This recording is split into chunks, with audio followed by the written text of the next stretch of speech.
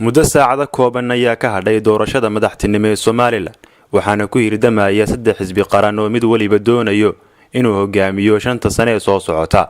Kulmiye xisbiga muxaafidka ee hogaaminaya iminka talada dalka waxaa ka go'an inuu dib u soo laabto waxayna ku fasirayaan tacab iyo beerasho wacan oo ay dalka gashteen muddadii talada dalku gacanta ugu jirtay. Haddaba waxaynu fiirsanaa kalsooni intee le'eg ay mas'uuliyiinta kulmiye qabaan inay dib u soo laabtaan isla markaasina noqon doonaan xisbiga isagoo ka saramari doona axsaabta inteeda kale. inta badan xagga kalsoonida walow aan la xaqiijin karin cidda guuleysanaysa haddana kulmiye xilliga uu ka hadlayo fagaaraha dalka waxa uu muuqdaa xisbiga isagu foosi doona. wasiirka wasaaradda arrimaha gudaha Yaasiin Xaaji Maxamuud Xiir Fartoon oo la hadlaya taageerayaasha kulmiye Laascanood waxa uu wasiirku sheegay in aysan shaki iyo muran toonna kaga jirin inay dib u soo laabtaan isla markaasina hogaamiyaan talada dalka mar labaad. hada la iga dhageysta shaki kama jiro shaki nagama hayo in uu kulmiye guuleysanayo oo doorashada ku guuleysanayo way muuqataa gobolada oo dhan degmooyinka oo dhan dalka oo dhan sidoo dalku u leeyahay way muuqataa in kulmiye kursiga ku fadhiisanayo oo uu sii haynayo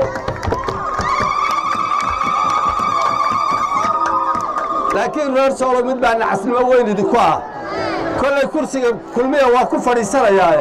inaad guusha waxba ku yeelan weydaan ama aad ka baaqsataan oo dhacasnimo idin qaado taas walwal weyn iga haya inaad taasida ku dhacdo.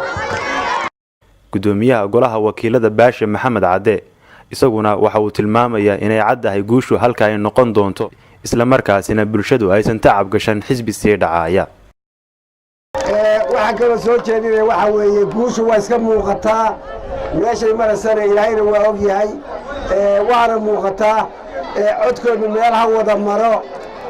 aynu ku xisaabtanno bari inta codku iyo ka xasaaroobin xisbi dhacaya codkiina ha ku xasaaraynina waxa weeye codkeena meel wada mariya waxayna wada marinaysan kulmiye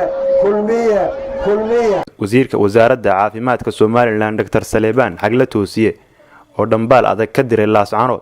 waxa uu dhankiisa aaminsan yahay in kulmiye soo bixi doono saa awgeedna bulshadu ku doorato. talabaad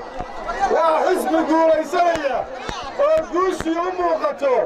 oo soo noqonaya codkiina ku darsada isku soo wada duub oo dhiiranaanta madaxda kulmiye ka muuqata inay guuleysanayaan waa mid suurtagal oo laga yaabo maalmo kadib inay guushu dhankooda u iilato. xamse raadiye RTN Laascanood.